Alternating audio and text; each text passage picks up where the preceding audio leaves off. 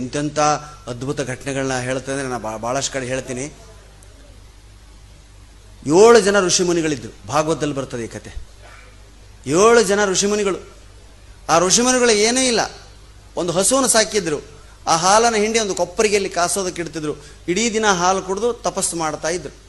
ಪಕ್ಕದಲ್ಲಿ ನದಿಗೆ ಹಾಲು ಕಾಯೋದಕ್ಕಿಟ್ಟು ಗಿಡದ ಕೆಳಗಡೆ ಹಾಲನ್ನು ಕಾಯೋದಕ್ಕೆ ಇಡ್ತಿದ್ರು. ನದಿಗೆ ಸ್ನಾನಕ್ಕೆ ಹೋಗ್ತಿದ್ರು. ಸ್ನಾನ ಮಾಡಿ ಬಂದು ಆ ಹಾಲು ಕುಡಿದು ಜೀವನ ಮಾಡ್ತಿದ್ರು. ದಿನಾ ಅವ್ರು ನೋಡುವಂಥ ಒಂದು ಕಪ್ಪೆ ಇತ್ತಲ್ಲಿ. ಕಪ್ಪೆ ಅಂದ್ರೆ ಗೊತ್ತಲ್ಲ, ಮಂಡೂಕ, ಫ್ರಾಗ್. ನೋಡ್ತಾ ಆಯ್ತದು, ಎಷ್ಟು ತಪಸ್ವಿಗಳು ಇವರೆಲ್ಲ ಅಂದ್ಕೊಂಡು ಹೆಮ್ಮೆಯಿಂದ ಇವರು ಉಪನ್ಯಾಸಗಳನ್ನೆಲ್ಲ ಕೇಳ್ತಾ ಇತ್ತ ಕಪ್ಪೆ.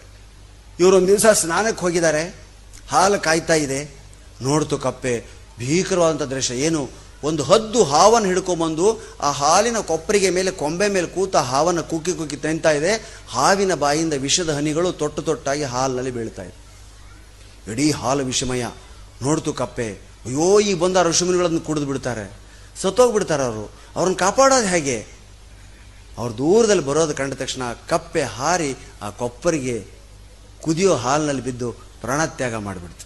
ಬಂದರು ಋಷಿಮುನಿಗಳು, ನೋಡಿದರು, ಅಯ್ಯೋ ಕಪ್ಪೆ ಸತ್ತೋಗಿದೆ, ಹಾಲು ಚೆಲ್ಲಿ ಬಿಡೋಣ ಅಂಥೇಳಿ ಹಾಲು ಚೆಲ್ಲಿ ಉಳ್ಕೊಂಡ್ರು.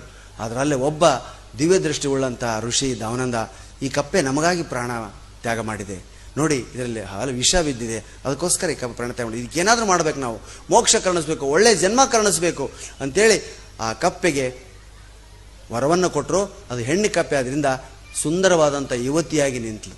ಕೈ ಮುಗಿದು, ನೀನು ತ್ರಿಲೋಕ ವೀರನನ್ನು, ತ್ರಿಭುವನ ವೀರನನ್ನು ಮದುವೆಯಾಗಿ ಸುಖವಾಗಿರು ಅಂತ ಹರಿಸಿದ್ರು. ಆ ಹೆಣ್ಣೆ ಮಂಡೋದರಿ, ರಾವಣನ ಹೆಂಡತಿ. ಮಂಡೂಕದಿಂದ ಬಂದವಳು ಮಂಡೋದರಿ, ಅವಳೇ ಮಂಡೋದರಿ. ಹೇಗೆ ನನಗೆ ಸಿಗಬೇಕು? ಪುಷ್ಪಕುಮಾರದಲ್ಲಿ ಒಬ್ಬ ತ್ರೈಲೋಕ್ಯ ವೀರ ಈ ಭಾಗದಲ್ಲಿ ಹೋಗುವಾಗ ನಿನ್ನನ್ನು ನೋಡಿ ಮೆಚ್ಚಿ ಮದುವೆ ಆಗ್ತಾನೆ, ನಿನ್ನ ಹೆಸರು ಪತಿವ್ರತೆಯರ ಸ್ಥಾನದಲ್ಲಿ ಉಳಿತದೆ ಅಂಥೇಳಿ ಆ ಮಂಡೂಕದಿಂದ ಬಂದಂಥವಳೆ ಮಂಡೋದರಿ, ಅವಳೇ ರಾವಣ ಹೆಂಡ್ತಿ. ಎಂತೆಂಥ ಕಥೆಗಳ್ರಿ. ದಯವಿಟ್ಟು ಸ್ವಲ್ಪ ಮಹಾಭಾರತ, ರಾಮಾಯಣ, ಭಾಗವತಗಳನ್ನು ಮಕ್ಕಳಿಗೆ ಓದೋ ಅಭ್ಯಾಸ ಹಾಕಿಸಿ. ಅದಕ್ಕೆ ದಯವಿಟ್ಟು ನಾನು ಹೇಳೋದಿಷ್ಟೇ, ಕಾವ್ಯಮಯ ಆಗ್ರಿ, ಸಾಹಿತ್ಯಮಯ ಆಗ್ರಿ, ಆಧ್ಯಾತ್ಮಯ ಆಗ್ರಿ, ಮಕ್ಕಳಿಗೆ ಬರೀ ಕಮರ್ಷಿಯಲ್ ವಿದ್ಯೆಗಳನ್ನ, ದುಡ್ಡು ಮಾಡೋ ವಿದ್ಯೆಯನ್ನು ಹೇಳ್ಕೊಡೋದಕ್ಕಿಂತ ಹೆಚ್ಚಾಗಿ ಮನುಷ್ಯರಾಗುವಂಥ ವಿದ್ಯೆಗಳನ್ನ ಹೇಳ್ಕೊಡ್ರಿ. ಇದು ನನ್ನ ಅನುಭವ ಕೂಡ. ನಾವೆಲ್ಲ ಇವನು ಓದಿ ಎಷ್ಟರ ಮಟ್ಟಿಗೆ ಇವತ್ತಮ್ಮ ಎಷ್ಟು ಚೆನ್ನಾಗಿದೆ, ಇವನ್ನೆಲ್ಲ ಯಾಕೆ ಹೇಳಲ್ಲ? ನಮ್ಮ ಇಂಗ್ಲೀಷ್ ಮೀಡಿಯಂ ಮಕ್ಕಳಿಗೆ ಮಹಾಭಾರತ ರಾಮಾಯಣಗಳೇ ಗೊತ್ತಿಲ್ಲ. ದೇವರಿಗೆ ಹೆಸರಿಟ್ಟು ಕರೆಯಲ್ಲ, ಸ್ನೇಕ್ ಗಾಡ್ ಅಂತ. Nagappa snake. Elephant nose god ಇದಿಲ್ಲ mummy, elephant nose god Ganapati.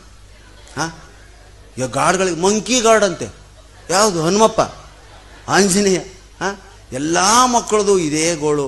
ಹಾಡು ಬರಲ್ಲ, ಹಸೆ ಬರಲ್ಲ, ಮಂತ್ರ ಬರಲ್ಲ. ಯಾವುದೋ ಒಂದು ಮಗು ತಾಯಿನ ಕೇಳ್ತಿಂತೆ, ಮಮ್ಮಿ ರಾಮ ತನ್ನ ವೈಫ್ ಸೀತೆನ 14 years ಹಾಕಿ ಫಾರೆಸ್ಟಿಗೆ ಕರ್ಕೊಂಡು ಹೋದ. ವನವಾಸ ಅಲ್ಲ, ಶ್ರೀರಾಮಚಂದ್ರ ಅಲ್ಲ, ಸೀತಾಮಾತೆ ಅಲ್ಲ. ಮಮ್ಮಿ ರಾಮ ತನ್ನ ವೈಫ್ ಸೀತೆನ ಯಾಕೆ 14 years ಫಾರೆಸ್ಟಿಗೆ ಕರ್ಕೊಂಡು ಹೋದ? ಅದಕ್ಕೆ ಅವಳೇನು ಉತ್ತರ ಹೇಳ್ಬೇಕು? ಮೋಸ್ಟ್ಲಿ ಅವಾಗ ಲಾಡ್ಜಸ್ ಇರಲಿಲ್ಲ ಅನಿಸುತ್ತೆ. ಹೌದಾ?